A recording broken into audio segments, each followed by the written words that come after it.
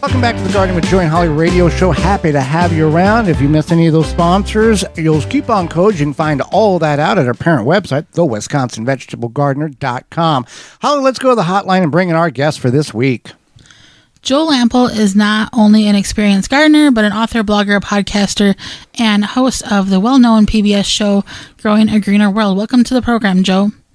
Hey, Holly and Joey. Thanks for having me. Well, thank you for taking time out of your busy schedule. Though the show has transitioned from PBS, I'm sure you're just as hectic and going hard and strong as you've ever been. Absolutely. There's no shortage of projects and things that I want to do and need to do, and so we're keeping busy. Well, I've always been told by the older generation you got to keep moving, and if you don't, that's when you're done. Well, then I don't have anything to be worried about. Well, I'll start with this. How do you get enough compost for your raised beds if you can't make it, or how do you make enough, and how do you keep your soil productive and fed year after year without what traditional gardeners may think as a chemical fertilizer? Yeah, I think the magic is in feeding the soil and letting the soil feed the plants, and the way that you do that is with organic material. And the single best ingredient you can make to add to your garden soil is compost. And I add about 2 inches a year, about an inch in the spring between my early spring garden and my summer garden. When the beds are bare and I'm getting ready to make that changeover, I top dress with an inch, maybe 2 inches of compost. And I do the same thing coming out of the summer garden, coming into the fall cool season garden. I top dress with compost, and that compost is my fertilizer, and it's what I use to feed the soil. And so the way that I make enough for my large 16 raised beds is that I source my my debris from my cleanouts and my garden beds. I get coffee grounds from a local coffee roaster every other week. On Sundays, I go pick up a generous load of coffee grounds. And then I use my chicken manure, the poultry manure, and the bedding. And that is a nice component for nitrogen, as well as the coffee grounds. And then the carbon source are the leaves and the garden cleanup debris that I'm collecting around my property. And between those three things, I make a lot of compost. Now, granted, I have a decent amount of land here, so that doesn't hurt, but I'm out sourcing additional components that I bring into my compost bins. So even when you don't have, something on site that gives you the volume that you need, you can still be creative and you can go source it. Like I said, with the coffee shops or maybe the produce departments of the grocery stores, or, you just got to get creative and figure out where you can get it, but it's out there. You just got to find it. Now, if somebody chooses to purchase large quantities from a compost supplier, I have no issue with that, but not all compost from compost suppliers are created equal. Gosh, that is $1 million statement. And the thing is, there's no set guideline on how you make compost. So it's just a matter of the ingredients that the retailer or the wholesaler is bringing in to make their compost.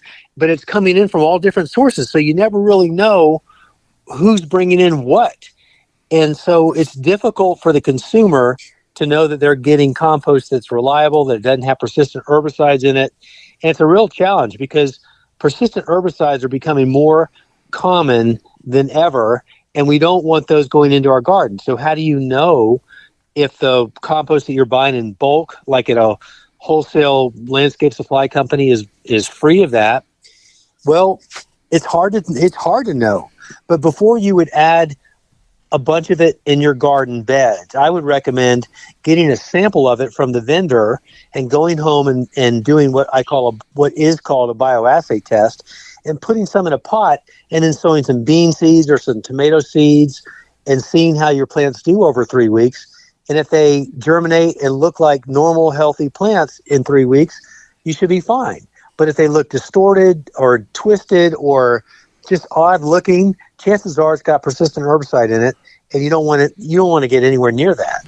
And if you as gardeners, we can ask all the questions we want to the retailer or the supplier, and if they start walk away, because if they want your money, and if they can't give you solid, confident answers, they're not the person you need to deal with to begin with. That's right. And if you're asking those questions, they know that you are a savvy shopper and you know your stuff. And so that is a very good recommendation, is to boldly ask those questions, because you don't want that stuff going into your garden, because if you put it there and it does have persistent herbicide, you're probably going to be paying for that for about 4 or 5 years to establish your soil to a healthy state. And that's what happened to you. Yeah, sure did. I'm speaking from experience. And it wasn't from lack of knowledge on your end. You didn't know certain things was happening, and by the time they were happening, it was too far to reverse it, and it took several years in order to remitigate the soil naturally.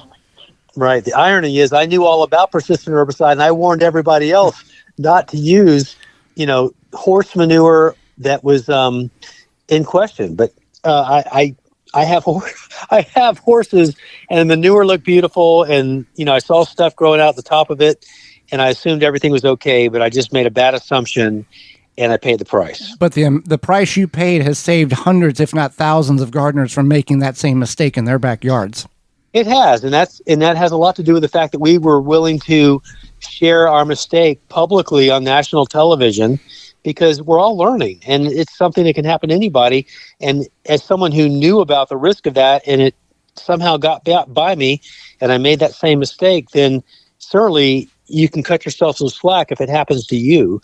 And I'm glad I was able to, in the hindsight, I'm glad it happened, because like you said, Joey, I was able to share that with a lot of people. Definitely. And I think a lot of people have this misconception. They didn't know about it. They didn't know it existed. Well, right. And also, just because you have X amount of years of experience, or like us who have a garden radio show, that we're like, these super, super experts or whatever. And like, yes, we can be, but also mistakes still happen. And that's how we don't know everything. Exactly. So what is a major plant disease that you have dealt with, and how did you get rid of it or control it? Yeah. For me, we get a lot of disease. Well, first of all, I'm in Atlanta, Georgia, so it's hot and humid, and that is a really good environment for diseases to blow in and take hold. And usually it's my tomato plants. Otherwise, my garden is very healthy, but you just can't avoid or prevent airborne diseases from coming in. And so I deal with those every year, and it's kind of a race to the finish line to see how many tomatoes I can harvest before my plants finally succumb. But the biggest problems I have are soil-borne disease, like let's see, what would be bacteria leaf spot is one that comes to mind, and a couple others, but they're in the soil, and that's really hard. Once you get the pathogens in the soil, it's you've got to really rotate your crops out of that same growing environment for at least 3 seasons or 3 years. And that's the way, really the only way that I'm able to kind of get ahead of recovering that planting area, so that my next round of tomato plants isn't going to get, those soil-borne diseases, is giving those beds a break from putting those same plants back in the same spot to allow the pathogens to persist, because I'm giving them what they need, because they're really feeding off of what plants in the tomato family like peppers, eggplant, and potatoes provide the pathogens to keep them around. And so by starving them of that over a period of 3 years of absence in those same beds, that tends to wear them out. And so that's been my best strategy, because you really can't prevent those diseases. You just have to figure out a way to,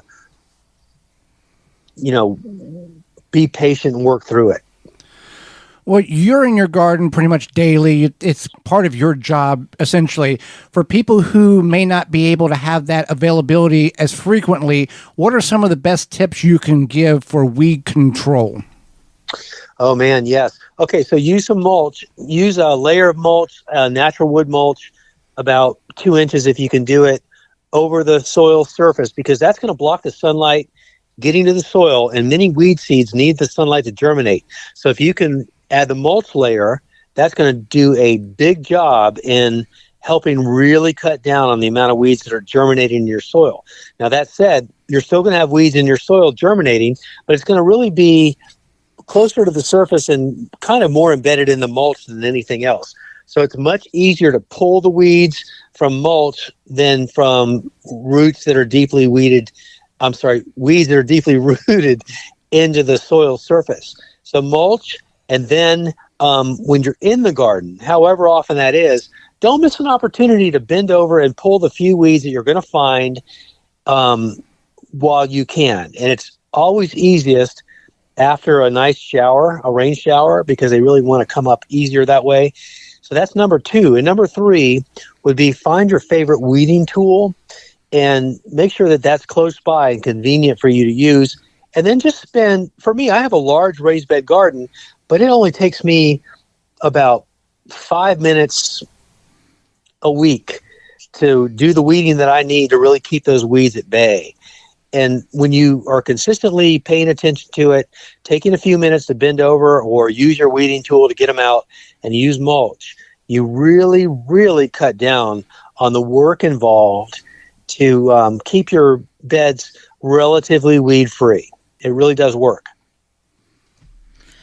Fantastic. So you have a very thorough book that came out a couple of years ago. It's the Vegetable Gardening Book, Your Complete Guide to Growing an Edible Organic Garden from Seed to Harvest. What is something in the book that would encourage our listeners to pick up a copy and just talk a little bit more about your book? I would say that if you want to feel like the book that you're reading gives you the impression that you've got a gardening ally or a gardening expert or somebody that you can trust by your side to help you be a more successful gardener, that's the way I wrote this book. I wanted it to sound like, as you read it, I'm your buddy in the garden, and I'm just helping you with my wisdom and knowledge over 3 decades of gardening full time as my profession and my passion, so that you feel confident that you can do it. Because my whole goal with that book is to help you, as I often say, become a better, smarter, more confident gardener. So I always intended to make this book provide that sense for those who are reading it. And from the feedback I've gotten, that's what they get out of it. And so I hope that anybody that doesn't have the book yet, that is curious, that wants to be a better gardener and just feel like they can do it, this book was written with that spirit. Well, there are many tools that you can use in the garden. Some are El Junco, and others are tried and true American made, and some are just long lasting. What are some of your main tools that you like taking in the garden with you, and what should people kind of avoid? Okay, so I believe you get what you pay for. So if you buy quality garden tools, you should be able to have them for your lifetime as long as you don't lose them and you take care of them. You don't leave them out in the rain. You sharpen the blades. You keep them clean. You're going to have those tools for a long time. And for me, there are 3 tools that I have with me in the garden at all times. One is my soil knife, which many people think of as a hori-hori knife. And it's very similar because the blade design is the same, but the knife that I use has a more comfortable handle, and it's orange. I get mine from A.M. Leonard. You can get it online through Amazon too. And it costs about $30, but it is so worth it. I'm telling you, Joey and Holly, there's not a day I'm in the garden that I don't use it for something. And usually it's more than one thing, especially when you're getting down into taprooted weeds, you're trying to get them out. This blade gets down under the taproot, and it just pries it right out. But that's one of many examples that I use that. The other thing is bypass pruners. And there's some really good brands of bypass pruners out there, but you should plan on spending somewhere between $30 and $60. And make sure it's a bypass style pruner, because that is a sharp blade that cuts through the soft tissue and passes through the hook, the lower part of the blade or the lower part of the pruner. And that makes a clean cut, and that's what you're looking for. That protects your plant's health. It doesn't crush it. It cuts it where you're making the cut, and that's what you want. And there's the other type of pruner is called anvil. They're not nearly as popular, but that's not what you want when you're really wanting to just make nice clean cuts. You want bypass pruners. And the other thing I use are micro shears or precision thin bladed scissors, because sometimes the pruner is just too big for getting in tight spaces, whether you're thinning out seedlings or you're trying to get into a flower or make deadhead cuts or something like that. Sometimes the best tool for that is micro shears or those thin bladed scissors. And in this case, those are not expensive. Even really well-made stainless steel Teflon coated scissors are like $15, maybe $20, but those are really nice to have. And so those three tools are the ones that I suggest everybody keep on you at all times. And you said your knife has an orange handle. For those who have frequent problems losing, get some fluorescent tape and tape the handles on these so they stand out in the garden. Yes, absolutely, because invariably you're going to set it down somewhere, and if it's got a brown wooden handle on it, you're not going to find it as quickly as you are with a orange handle, whether that's tape or it's embedded into the rubber, padded handle. Or you'll find it with a lawnmower. Yes. Oh, gosh. Oh, my gosh. Yes. Well, Joe, we greatly appreciate the time you've offered and the education. How can people find out more about you? I think the easiest way is joegardner.com on the website or on social at Joe Gardner, mostly on Instagram and YouTube, Joe Gardner TV. Those are three good places. And where can we see all the Growing a Greener World episodes on YouTube? Yes. The other YouTube channel, GGW TV, that has over 200 of our episodes over 12 years, 12 seasons, traveling the country, telling the stories of people and places doing good things for the planet through organic gardening and sustainable living. Well, Joe, thank you so much for your time and your wisdom. Thank you, too. Absolutely.